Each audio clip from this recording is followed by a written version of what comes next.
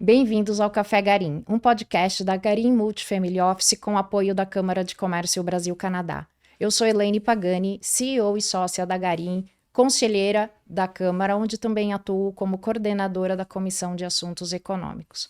Hoje vamos conversar com o jornalista referência internacional sobre o cenário americano e seus impactos na economia global. Diretamente de Nova York para o nosso podcast, Caio Blinder.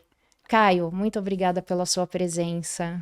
Obrigado, estou me sentindo necessário diante de tantas dúvidas e ansiedades no mundo inteiro, sabe? Para conversar sobre o que nós precisamos conversar. Assunto quente, né? Assunto quente. Direto de Nova York, direto de Toronto, de Ottawa, de Montreal, de Pequim. Direto com as notícias. Do mundo inteiro. Do mundo inteiro, porque nós estamos conversando de uma travessia de um rio extremamente turbulento e ninguém sabe para onde nós vamos.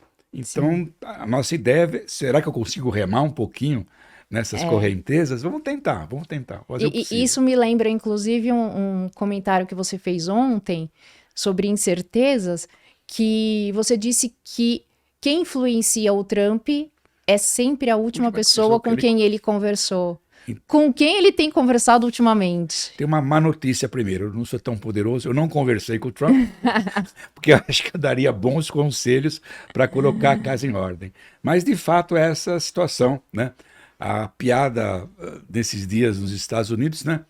Será que a última pessoa que ele conversou foi algum cardeal do Vaticano? Porque, no final das contas, foi uma zebra, ninguém esperava, né? A escolha do novo Papa é o cardeal americano, o primeiro cardeal norte-americano. Não americano já tínhamos, o Papa Francisco. Talvez o Trump tenha mandado ele para o Vaticano. Nunca se sabe. Na piada que todo mundo faz, já que estamos na Câmara de Comércio Brasil, Canadá, etc., ainda bem que o Vaticano não escolheu um cardeal canadense. O Trump ia ficar furioso e ia decretar tarifa contra o Vaticano. Exatamente. Como é que pode? Papa americano, sim. Papa canadense, não. Aliás, você mora em Nova York há 36 anos, vizinho do Canadá. Em algum momento na vida, você imaginou que um presidente dos Estados Unidos falaria com o Canadá como fala? Nunca. Eu não entendo, assim... Eu sou tiete do Canadá. É um país que eu adoro. É aquela coisa do Canadá. O Canadá tem um pé na Europa, um pé nos Estados Unidos, tem... as duas culturas, sabe? Eu acho uma coisa fascinante. Da minha casa de carro, que eu já fiz essa viagem, 7 horas para Montreal. Uma viagem, indo pelos lagos de Nova York. Linda. Incrível. Uma viagem fenomenal. Aí, fronteira de Nova York. Eu moro em New Jersey, ali junto com Nova York, nos subúrbios. 2 horas da fronteira de Nova York, estou em Montreal. Sabe? É uma coisa... Quem não quer ter um vizinho como o Canadá? Sabe? O país... Essa é a maior fronteira terrestre do mundo, dos dois lados, lá em cima com o Alasca, embaixo com a parte dos Estados Unidos, fora o Alasca. E ninguém esperava isso. São os dois aliados de sempre, um parceiro econômico de sempre. Então você imagina locais assim importantíssimos na vida americana como Detroit. Você cruza a ponte ali em Detroit, você está no Canadá. Sabe? As economias concatenadas. E, de repente, vem o Trump com essa política. Isso que é importante lembrar. O que deixou o mundo atarantado, especialmente os canadenses, não foi só essa questão de tarifas. Veio junto um pacote bizarro de afirmações que deixaram os canadenses com orgulho ferido. De repente, você tem o presidente do Canadá, seu melhor amigo, seu melhor vizinho, dizendo, olha, eu acho que esse país devia acabar. O Canadá devia virar o 51º estado americano. O primeiro-ministro do Canadá, que na época era o Trudeau ainda, governador Trudeau. Sabe? Então, chegou um momento que era brincadeira. Aí os canadenses, independente de posição política, e mesmo quem era simpático ao Trump, falou, brincadeira perdeu a graça. De repente, o Canadá se viu numa situação inusitada. E quem conhece as culturas do Canadá e dos Estados Unidos, não existe aquele comportamento ostensivo de patriotismo do canadense. E nós, os Estados Unidos, vimos uma mudança incrível no Canadá. De repente, aquela coisa, que é o único momento de guerra entre os dois países, que é o jogo de hóquei, no gelo, de repente os canadenses vaiavam o hino americano. Teve uns jogos de hóquei em abril ainda, em fevereiro, logo depois da posse do Trump, e que houve briga entre jogadores, sempre tem briga. E de repente os canadenses começaram a desfraudar a bandeira do Canadá. A cultura do canadense mudou em relação ao Trump. E o resultado que a gente sabe foi espetacular. O partido no poder, o Partido Liberal, que era do Trudeau, que era um primeiro-ministro, uma péssima situação, desacreditado, que inclusive ele renunciou, a sua derrota era dada como certa do Partido Liberal. E, no entanto, eles escolheram o Mark Carney, um banqueiro, ex-presidente do Banco Central do Canadá e também do Banco Central da Inglaterra, para ser o candidato contra os conservadores. E ele venceu, foi um milagre. Eles estavam 20 pontos atrás nas pesquisas e venceram com um discurso dizendo: Trump, temos problemas, nós vamos discutir tarifas, mas nos trate com respeito, sabe? Para com essa bobagem de falar que o Canadá vai ser o 51º estado.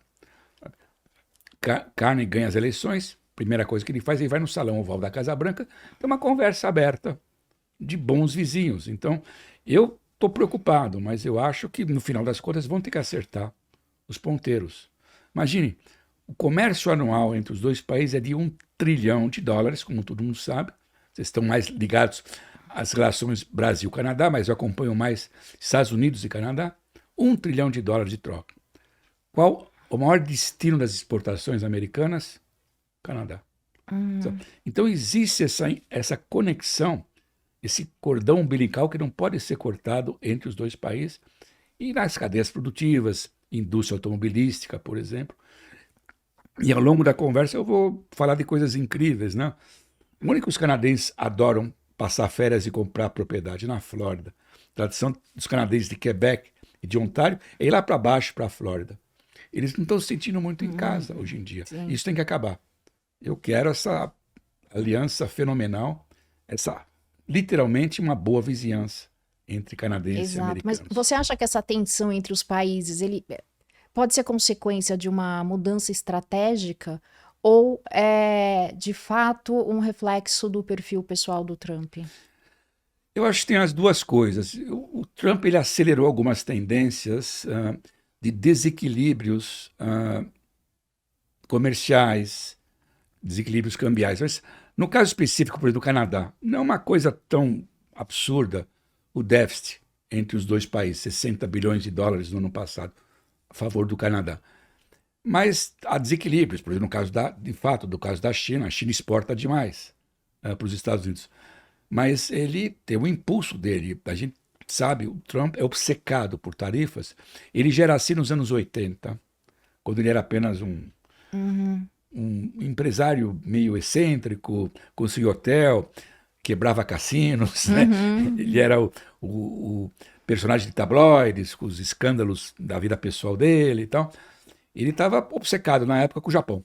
O Japão exportava carro para os Estados Unidos. Então ele falou, o mundo está abusando dos Estados Unidos. Então a única maneira de resolver nosso problema é com tarifa. Mas a surpresa era uma obsessão dele, que ele tocava no assunto, mas ninguém imaginou que iria levar tudo isso às últimas consequências depois da eleição em novembro. Então ele veio com tudo para essa briga e decretando essas tarifas indiscriminadas universais, em escalas diferentes, mas contra o mundo inteiro, e criou essa tremenda turbulência na economia mundial, que nos fez lembrar as últimas grandes crises, como a crise de 2008, né? A crise mais abrupta que acabou logo da pandemia, em 2020, 2021, mas o mundo tem uma interdependência.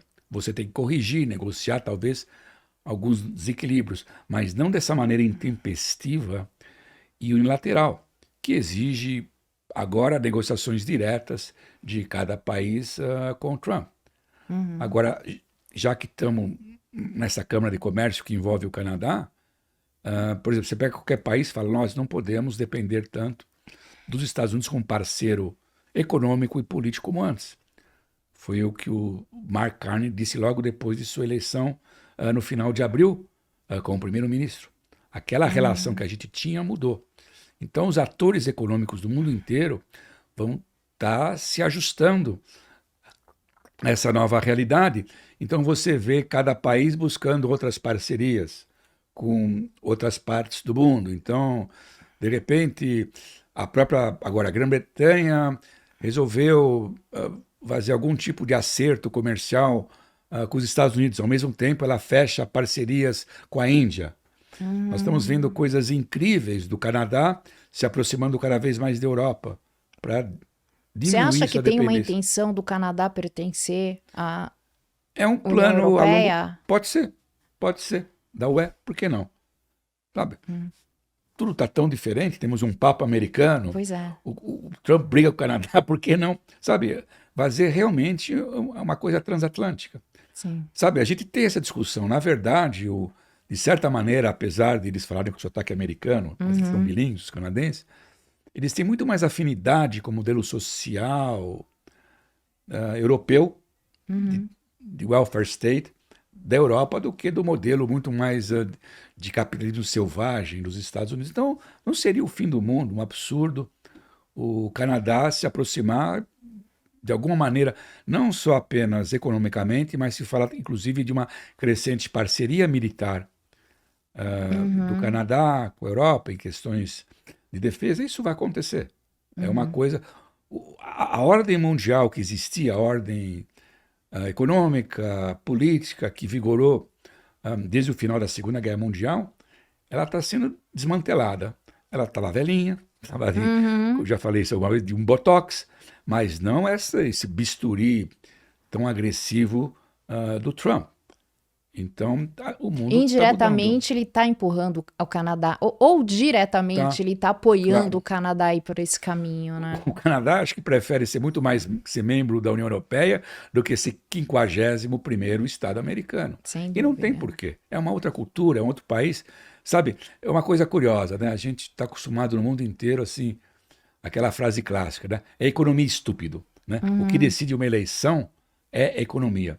Se fosse, pega um caso do Canadá, eleição no Canadá, se fosse por fatores exclusivamente econômicos, a oposição conservadora deveria ter ganho a eleição. Sabe, os assuntos do dia a dia da situação de habitação, de inflação do Canadá, mas o que foi um fator essencial na eleição no Canadá foi a questão de soberania. Os canadenses se sentiram injuriados pelas chacotas Sim, do Trump exato. contra o Canadá. Então isso pesa. Isso está acontecendo em várias partes do mundo. Sabe? A ponta de lança das ações do Trump é a economia. Mas vem nesse pacote que ele mistura tudo, ele atenta contra a soberania dos países, prometendo o Canadá tem que virar Estado americano. Eu acho que eu quero a Groenlândia. Então briga com... Você sabia que existia a Groenlândia? Quem imaginou um dia que a Groenlândia estivesse no centro O Trump. dos assuntos? Não? Brigar com a Dinamarca? Quem briga com a Dinamarca? Eu quero tomar o canal do Panamá. Sabe? Seria, no caso extremo, se ele chegasse, quer saber um negócio? Aquela floresta imensa lá, naquele país chamado Brasil, a Amazônia... Acho que Não dê essa ideia. não vou dar. Sabe? Você mexe com os brios de cada país. Isso vai além da política, dos cálculos econômicos. É isso que está acontecendo com o Trump hoje em dia. Existe a questão em si das tarifas. E como o Trump está desmontando todos os instrumentos multilaterais de negociações econômicas, políticas, tudo agora é bilateral. Se você é um país, se você é uma empresa, você tem que negociar diretamente com o Trump. Você tem que adular o Trump primeiro, depois tentar descolar qualquer tipo de isenção desse castigo tarifário. E para o mundo inteiro tem uma coisa óbvia. Qualquer país do mundo, alvo de tarifas, o termo correto para uma tarifa é imposto. Então, se você é o consumidor no Canadá, se você é o consumidor nos Estados Unidos, ou na China, ou no Brasil, não importa. Isso é um imposto sobre o seu produto. Vai subir o preço. Até um limite, o produtor não vai subir o preço, ou o importador, mas vai repassar para o consumidor. Então, no plano macro, do mundo inteiro, lose-lose. Todo mundo perde com uma guerra de tarifas. Eu podia deixar o pessoal que está acompanhando esse podcast assustadíssimo. A última vez que teve uma escalada tarifária tão grave no mundo foi nos anos 30, que foram marcados pela Depressão e logo depois da Segunda Guerra Mundial. Então, tarifa literalmente é mau negócio em todos os sentidos, nessa escala. Países recorrem a tarifas, se protegem, mas não nessa escala e de maneira tão caótica e improvisada como o Trump está fazendo. O Brasil está numa situação relativamente confortável, porque ele não tem essa incrível dependência econômica e comercial que o México e o Canadá têm, inclusive pelo acordo que eles têm da América do Norte. Então, cada país se vira como pode. Então, do cenário da América do Sul, do caso brasileiro, tudo que está acontecendo ao norte não parece tão dramático e incerto. Mas estamos no mesmo planetinho. Sim, Né? esse teu comentário, ele me trouxe inúmeras questões que eu quero explorar com você. Mas uma coisa interessante antes das minhas perguntas, você observa que o mundo, ele tem uma tendência de ser cada vez mais comandado por líderes que concentram o poder. Você concorda, não? Eu concordo e discordo que seja assim. Eu concordo com a tua afirmação, mas infelizmente não devia ser assim. O mundo tem que ser regido por instituições, Sim. por normas, por leis. É muito poder concentrado, né? É perigoso. Qualquer poder concentrado, numa escala extrema, acaba em ditadura. Sabe? Uma coisa vira... Voltamos aos tempos do caudilho, voltamos ao tempo do César. E tem o negócio do Ave Trump, né? Ele é um César. Polegar para cima, polegar para baixo, estamos lá na arena, sendo comido pelos leões, os gladiadores na arena. Ele gosta de ver os gladiadores na arena. E não pode ser assim. O mundo não pode ser regido assim. Especialmente as sociedades têm que ser democráticas. Os poderes têm que ser controlados pelos outros poderes. Poder executivo, legislativo e judiciário. E no caso do Trump, ele quer passar por cima dos outros poderes e ter essa concentração de poder na mão dele. E quer ser cercado por gente que simplesmente reforça as suas obsessões. É perigoso para todo mundo. E quando você fala em concentração de poder, o perigo, a gente pensa logo na China, né? E eu gostaria de saber a sua opinião sobre o cenário de China em ascensão e Estados Unidos se afastando cada vez mais dos países historicamente aliados. É o que eu chamo de é uma coisa contraditória. Então você pega o seguinte, a China sobe, era uma coisa antecipada, não é nenhuma novidade. Existe até um consenso nos Estados Unidos, dos dois partidos, nós temos que conter a China, sabe? De maneira... Sabe, você tem uma interdependência econômica... Mas a China é um competidor, não só econômico, como político. É um império. Então, impérios querem ocupar espaço, em todos os sentidos. Não tem lógica. Se você precisa enfrentar um inimigo cada vez mais poderoso, ainda no plano econômico, a China é um país mais atrasado, não tem o poderio militar americano, nuclear e de armas convencionais, você precisa de aliados. O Trump briga com todo mundo. Você não sabe se o país aliado ou adversário. É um tremendo gol contra. Sabe? Ele está brigando com o seu aliado mais próximo, que é o Canadá. Ele está brigando com os países europeus. Ele está brigando com a Coreia do Sul. Está brigando com o Japão. Que são os países, ironicamente, que têm mais medo da China. Estão na Ásia, né? Eles têm muitas relações econômicas com a China, mas temem o expansionismo chinês, militar, geopolítico, etc. E o Trump não faz isso. Ele está rompendo as alianças americanas em todas as partes. Ele é meramente transacional. Então, cada um por si. Virou uma lei da selva, sabe? O mundo aprendeu, depois de tantas guerras, especialmente depois da Segunda Guerra, que você tem que construir instituições para administrar a política, a economia, sabe? Você construiu a ONU, você construiu a OTAN na Europa contra ameaças totalitárias, como da União Soviética, Banco Mundial, FMI, Organização Mundial de Comércio, que no fim a própria China entrou, né? Então nós estamos num mundo irônico. A China é uma ameaça, então ela quer reverter os papéis. o país que supostamente devia ser o líder paladino do capitalismo, do livre comércio, está abrindo mão desse papel, com esse protecionismo extremado.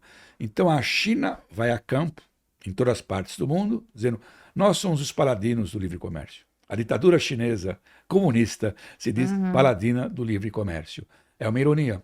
Sabe, os americanos estão deixando para trás a regulamentação e as medidas para avançar a preservação do meio ambiente. Então nós, imagina a China. A minha Poluidora. leitura é que você está pessimista, né? Eu estou pessimista, mas é uma boa colocação, pessimista, mas eu vejo capacidade de autocorreção e de limites, né, nessas atitudes que eu chamo de desenfreadas do Trump. A sociedade americana reagindo, o mundo corporativo reagindo, o poder judicial reagindo, e o Trump pode tudo, mas ele colide com a realidade econômica, ele colide com os mercados, ele colidiu com um certo pânico no mercado de títulos de renda fixa, quando houve problemas de credibilidade dos títulos do Tesouro americano, que é o porto seguro. Quando está tudo despencando no mundo, todo mundo ia comprar títulos do Tesouro. E, de repente, países começaram a dar para trás. Grandes detentores de títulos, como o Japão. A China também é um detentor importante. Isso acaba sendo uma arma de chantagem, negociação nessa questão de tarifas. Mas eu vejo essa capacidade de reagir. O Trump dá uma suavizada nessa questão, porque ele acaba, não só a sociedade acaba pagando um preço econômico, mas acaba sendo um suicídio político depois de um tempo. Porque ele acredita que as tarifas vão trazer um admirável, não mundo novo, mas uma volta ao mundo anterior. Com tarifa agora é parte do meu projeto para trazer as antigas indústrias que estavam nos Estados Unidos, e essas indústrias foram transferidas para o México, para a Indonésia, Vietnã, para a China, e vão voltar para cá. Então os americanos vão fabricar outra vez brinquedo, vão ter outra vez sapato. Será móveis. que o americano Não, vai produzir brinquedo não, ou as crianças vão passar o Natal não. sem ganhar presente? Sem ganhar boneca, né? Que ela vem da China, né? Então ele virou, né, o anti-Papai Noel. Então eu acredito que essa turbulência que ele criou é uma situação irônica. Ele bota fogo, é o incendiário, e depois ele vem tentar apagar o incêndio. Apesar das obsessões dele. Eu, vendo de fora, eu subestimei um pouco o Trump. Por exemplo, nas primeiras semanas, primeiros dias depois que ele anunciou, que ele chamou de Dia da Libertação, né? Para mim, libertação foi queda livre, todo mundo se libertou e foi caindo. Quando ele anunciou essas tarifas indiscriminadas, universais, os mercados começaram a despencar, de repente a bolsa caía 9%.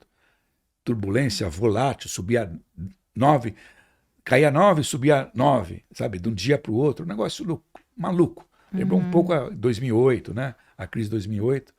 E ele, firmão, sabe? Ele acredita que ele está imbuído de um mandato divino, algumas certezas absolutas. Tá? Assim, a equipe dele com muito medo de questioná-lo, sabe? Ele é um sujeito que intimida, tem muita gente que apoia. Ele se cercou de uma equipe econômica colocando em prática o que ele quer. Me surpreendeu um pouco o secretário de Tesouro, o Bessent, que de certa maneira agora está tentando coibir um pouco os piores impulsos do Trump. E o Banco Central, que foi outra coisa muito grave. Você falou do que pode colocar limite. Ele se assustou quando ele começou a questionar a independência do Banco Central americano, a um estilo meio latino-americano, e os mercados também se apavoraram. Ele recuou, falou: não vou demitir o Powell, não posso demitir o presidente do Banco Central, ele vai ficar até o final do mandato ano que vem. Porque essa é a grande âncora de credibilidade americana, é o Banco Central. Uma política séria na questão de juros e de inflação. Então o Trump já deu uma recuada. Mas eu acho tudo que ele faz, como analista e pessoalmente, autodestrutivo.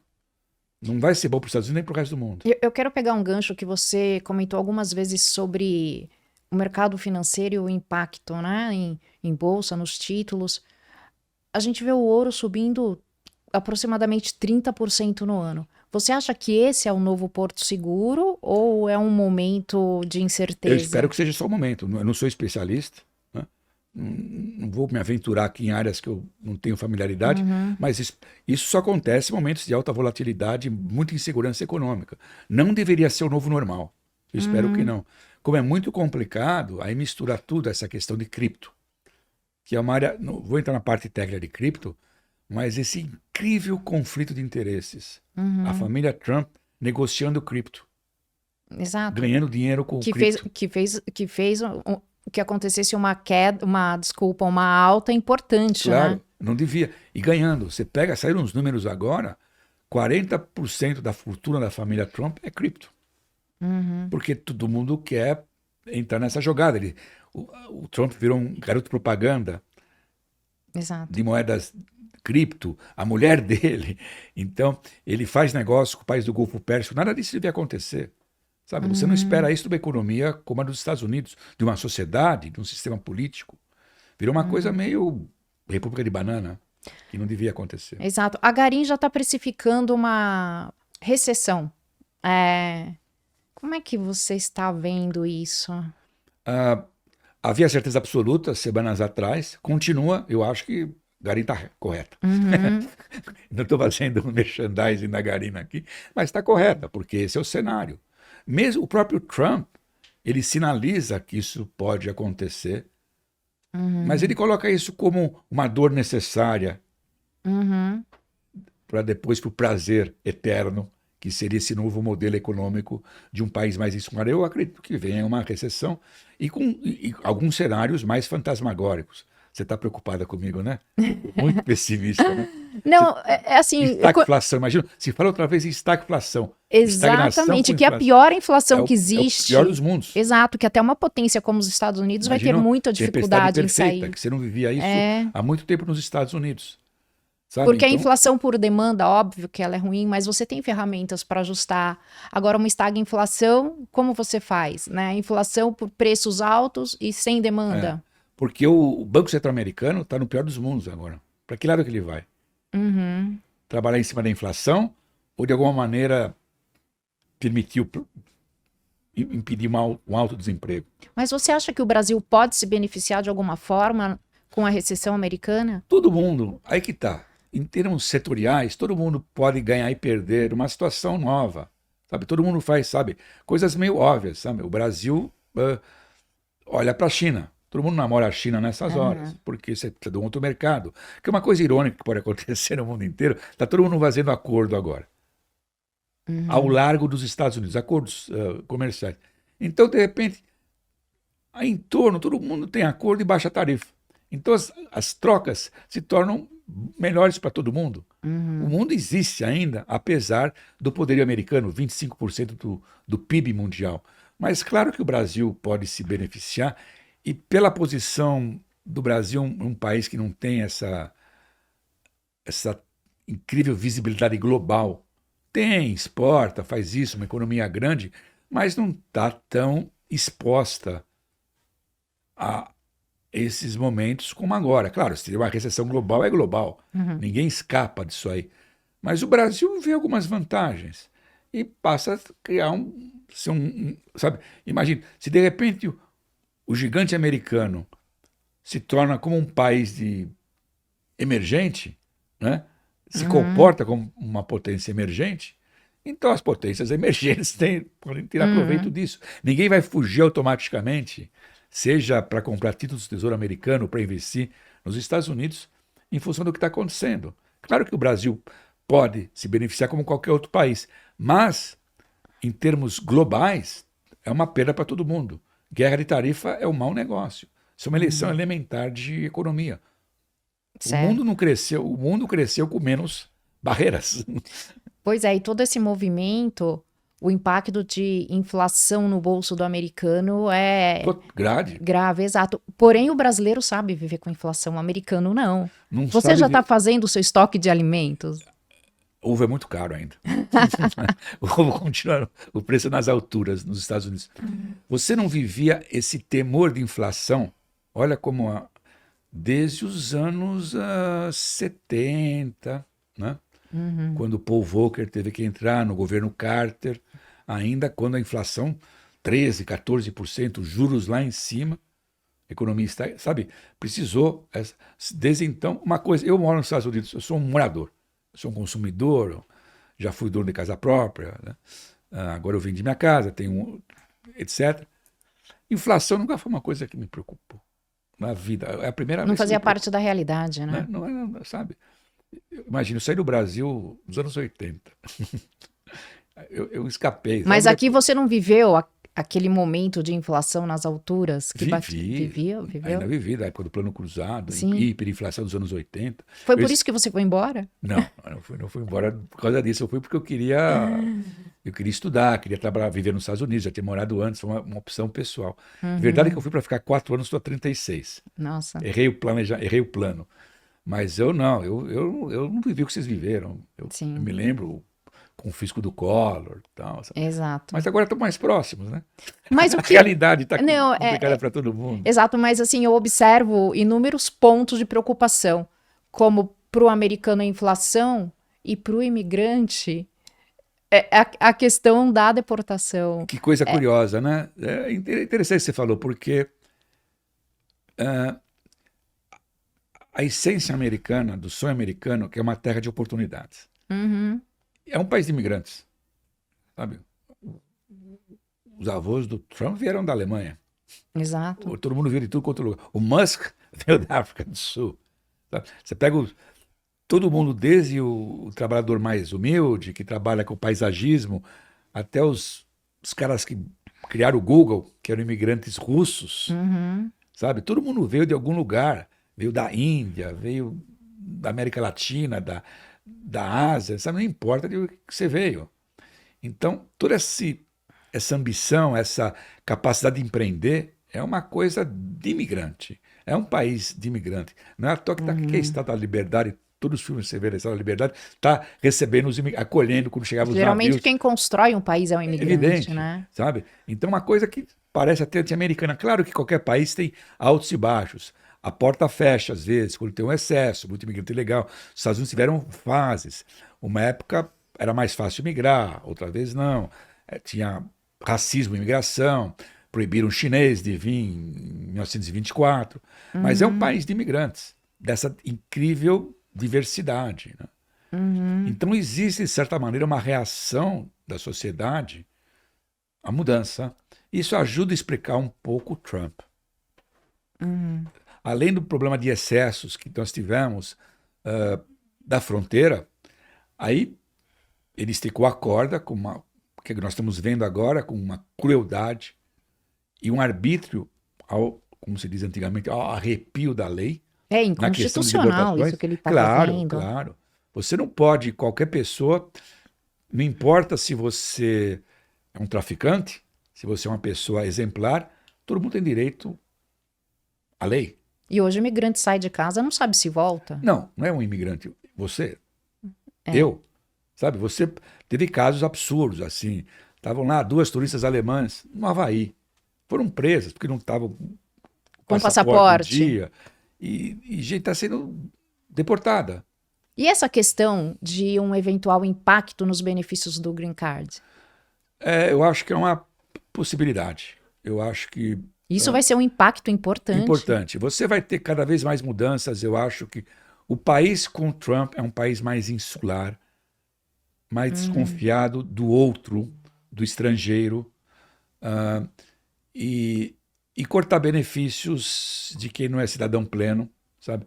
Existe uma coisa bizarra que o Trump quer fazer, que não vai passar nunca na Corte Suprema.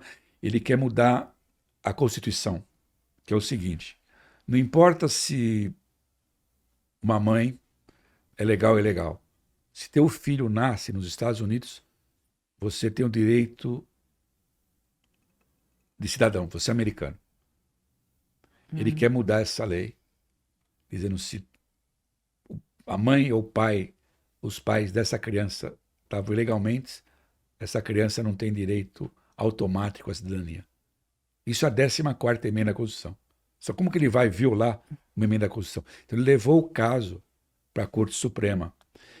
Ele está fazendo um teste para ver até onde que ele pode ir com o que ele faz. Até agora, ele está numa área ambígua. Ele não chegou a desacatar nenhuma ordem judicial. Mas tem que ver até onde que ele vai. Ele está colocando a teste o vigor... Está realmente esticando a corda, Está esticando a corda. O vigor das instituições em tudo que ele faz. Nessa questão de deportação, sabe, o juiz falou, que negócio é esse? Você não pode pegar um cara, enfiar num avião e mandar para El Salvador, sem ele primeiro passar pela justiça. Traz o cara de volta. Foi um caso. Mas o cara é traficante. Sabe, então as pessoas explicam, não, nós não estamos defendendo o traficante, nós estamos defendendo o direito de cada um. Exato. Todo mundo tem direito à justiça. Não importa, inclusive não importa seu status legal nos Estados Unidos. Isso é arbítrio, sabe? Isso está acostumado, isso não é... Você não está na Rússia do Putin, você não está na China. Mas e o Partido Republicano? Como é que ele democrata, tem... O republicano é uma vergonha. Como é que ele tem visto essas... Ele é o partido que está coado, ele se ajoelhou, está prostrado ao Trump. Eu tenho um termo até meio assim, que o Partido Republicano no Congresso virou o PT, é o Partido Trumpista, virou um puxadinho da Casa Branca. Então eles estão acuados, eles não, sabe, desde essas medidas que eu considero flagrantemente cruéis e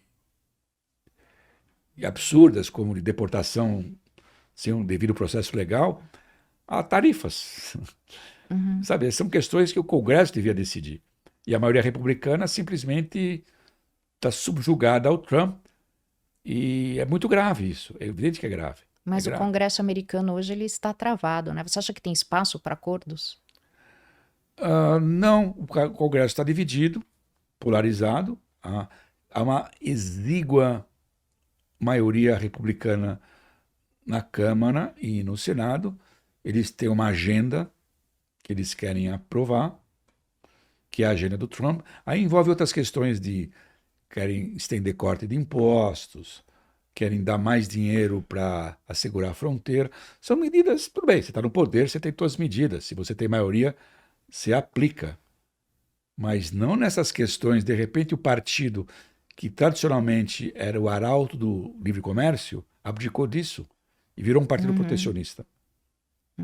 Inverteu os papéis, né? O Partido Democrata era mais protecionista. Exatamente. Mas hoje você enxerga alguma liderança política capaz de trazer essa situação de novo para uma linha adequada? Não. No Partido Democrata não há essa linha. Espero que surja, não uma torcida por um partido, mas pela saúde da democracia americana. Qualquer poder precisa de contraponto. Para evitar, você não quer um acúmulo, uma concentração de poder, o abuso de poder em qualquer país. Então você precisa de uma oposição saudável, democrática, num país democrático, como o caso americano. Dentro dos republicanos não tem. Não há espaço político interno para dissidências no Partido Republicano hoje. Todos os republicanos que eu considero mais íntegros, que se aventuraram, ousaram peitar o Trump, foram politicamente destruídos. Algumas lideranças tradicionais acabaram politicamente. Assim, ele pegou alguém numa primária e derrotou essa pessoa, ou esses líderes simplesmente desistiram de concorrer à reeleição porque não havia como, sabe, enfrentar o Trump.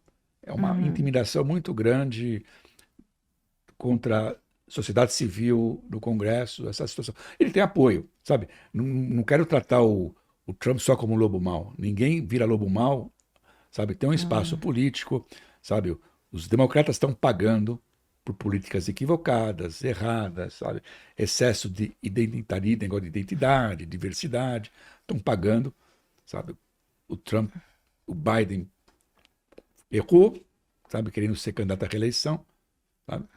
A vitória do Trump foi legítima. Foi uma eleição democrática, ele ganhou, sabe? Não vai fazer o quê?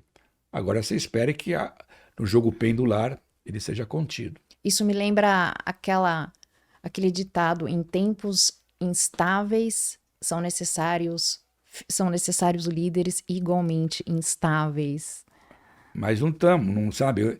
Eu acho ele é muito, sabe? Eu tenho frases pesadas sobre o Trump, sabe? Essa coisa que ele, essa intimidação que ele exerce sobre os atores políticos, econômicos, sociais, judiciais, na academia é muito perigoso, sabe? Se você vê isso em outros países, você fica horrorizado. Você não quer um Putin no poder nos Estados Unidos, não vai chegar nesse ponto. Que nós temos uma democracia nos Estados Unidos, mas é um momento muito perigoso, sabe? Não é uma questão de apoiar, mas acho que o país tem que ficar alerta.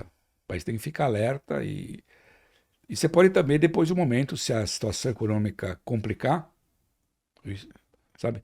Você pode ter um momento também de instabilidade social, sabe? Se você tiver desemprego, se você tiver, de repente, ele quer mudar as leis e usar, sabe, forças militares ou a Guarda Nacional para conter um protesto. Isso não se faz nos Estados Unidos.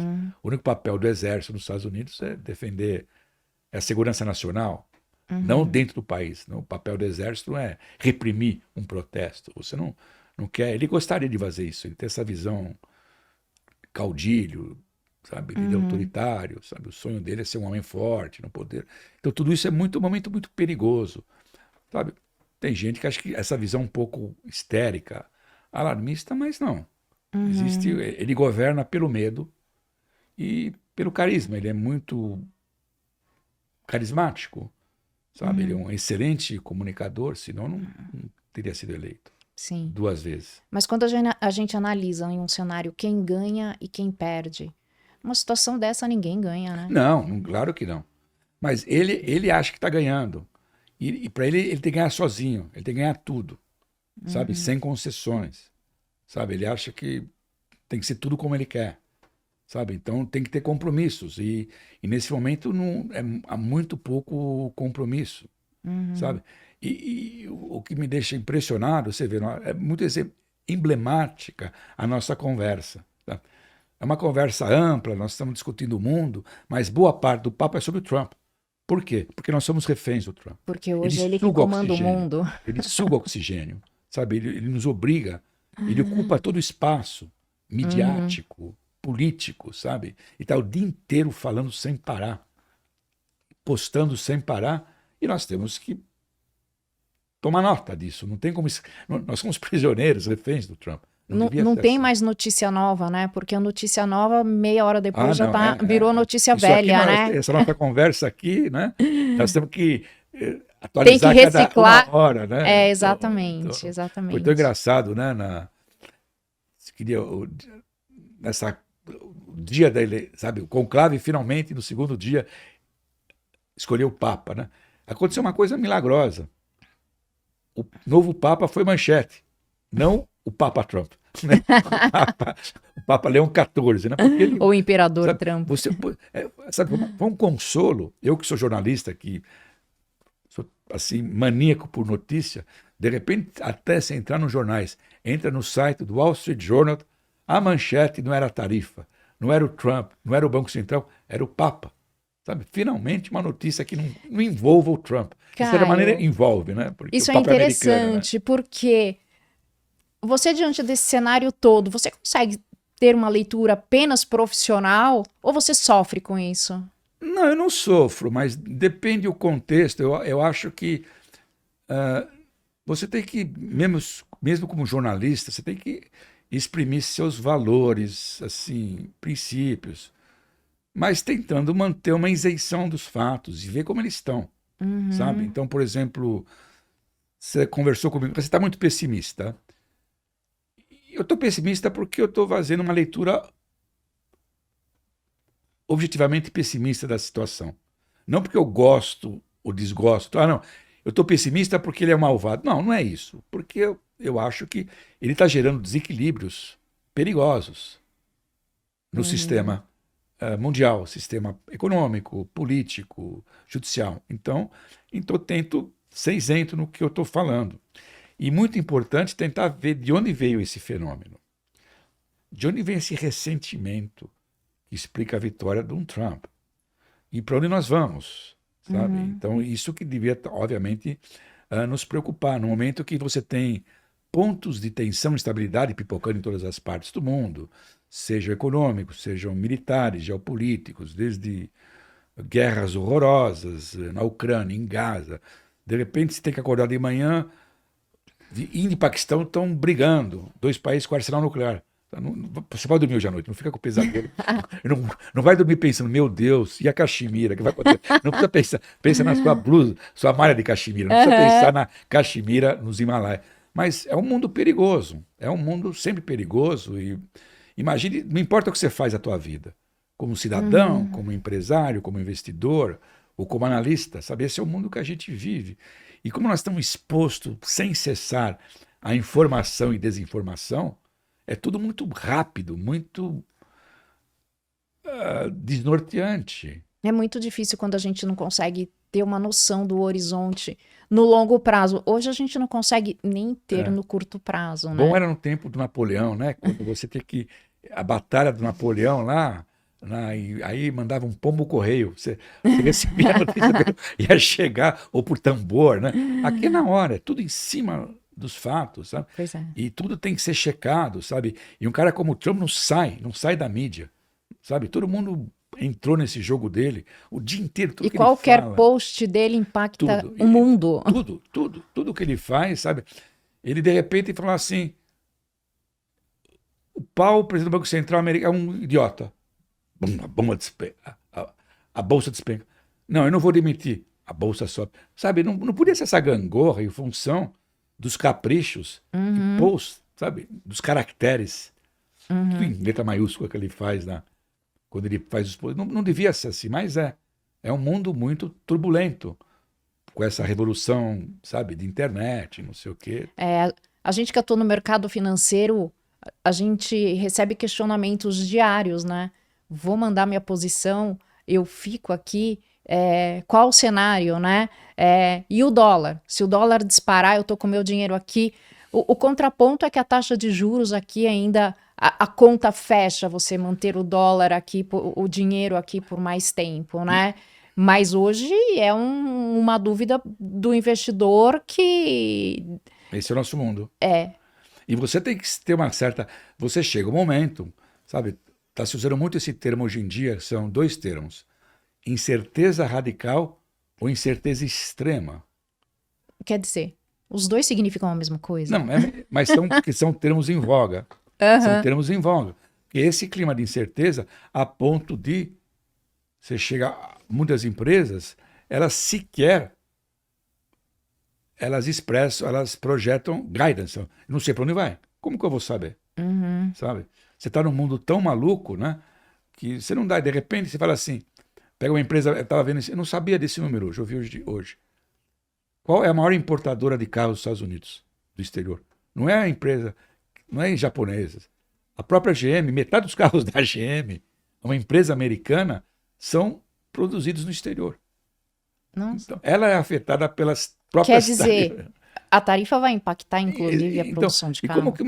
Como você está num cenário tão instável por si e com o principal personagem tão instável, e se você é um investidor ou pessoa física ou uma empresa que tem que decidir, será que eu vou investir em uma empresa no Vietnã? Mas você não sabe como vai ser a política de tarifas do Trump. Ele pode hoje decidir que vai ser tarifa, a percentagem tal, e depois ele muda. Como que eu vou construir uma fábrica? Então, nesse sentido que tudo fica... É certo, claro, se você é um excelente especulador, eu não vou dar aula para vocês, você aprende a trabalhar nessa arbitragem. Sem de dúvida. tanta instabilidade. Mas isso é um ponto onde a gente se posicionou agora, porque nós somos gestores de renda fixa, né? Focado em preservação de patrimônio. Imagine. Mas a gente tem operado renda fixa em bolsa buscando justamente um alfa nessa volatilidade. Então, quer dizer, quando você olha o cenário como rentista, isso tudo está muito bom, né? Não, mas como empresário e, na verdade, como um observador do mundo que acredita que o mundo tem que seguir um caminho melhor... Aí você sofre, né? Porque de fora, é como que eu falo, eu não quero uma lei da selva. Sabe? Eu não quero essa lei da selva. Tudo transacional, muda, tal, depende como você faz o lobby. Não. Eu quero uma ordem baseada em normas econômicas, políticas, judiciais, em contratos. Isso para o bem de todo mundo. Nós chegamos a esse ponto que a gente tem que evoluir. Criamos instituições. Ironicamente, eu sou conservador, porque eu quero conservar o que tem, essas coisas boas. Sabe, como um todo mundo melhorou. Tem desequilíbrio, sabe? O mundo melhorou, sabe? É bom, né? Nós estamos em maio, o mundo está celebrando 80 anos do fim da Segunda Guerra Mundial. Que bom! 80 anos sem uma guerra mundial. Sabe? Por quê? Porque a gente criou instituições e normas de convivência, cooperação e de controle que impedem desastres horrorosos. Então, tudo bem. Você tem o teu trabalho direto, profissional, como gestora de renda fixa e preservar o patrimônio da família. Eu sou mais ambicioso do que você. Eu quero preservar o bem-estar da humanidade. Acho que minha tarefa está mais difícil do que a Tá tua. mais difícil, sem né? dúvida. Você sem tem mais dúvida. chance de ser bem-sucedido do que eu. É verdade. Caio, pra gente encerrar, eu vou fazer uma pergunta difícil. Todas foram difíceis. Sai alguma coisa boa disso tudo? Eu acho que desafios são bons nesse sentido. Você sai da sua... Ficar um pouco assustado é bom. Um pouco de tudo isso é saudável. Não ter complacência é bom. Sabe? E você dá valor ao que é bom, sabe? Então, por exemplo, eu acabei de falar isso. Eu tenho saudades de um tempo que era tudo mais estável. É melhor, talvez menos para você, como operadora de mercado. Bom, num país com juros no patamar que a Exatamente, gente vive, tudo Mas bem. eu quero um mundo mais tranquilo e eu estou sentindo falta disso. Então eu dou valor a isso. Sabe?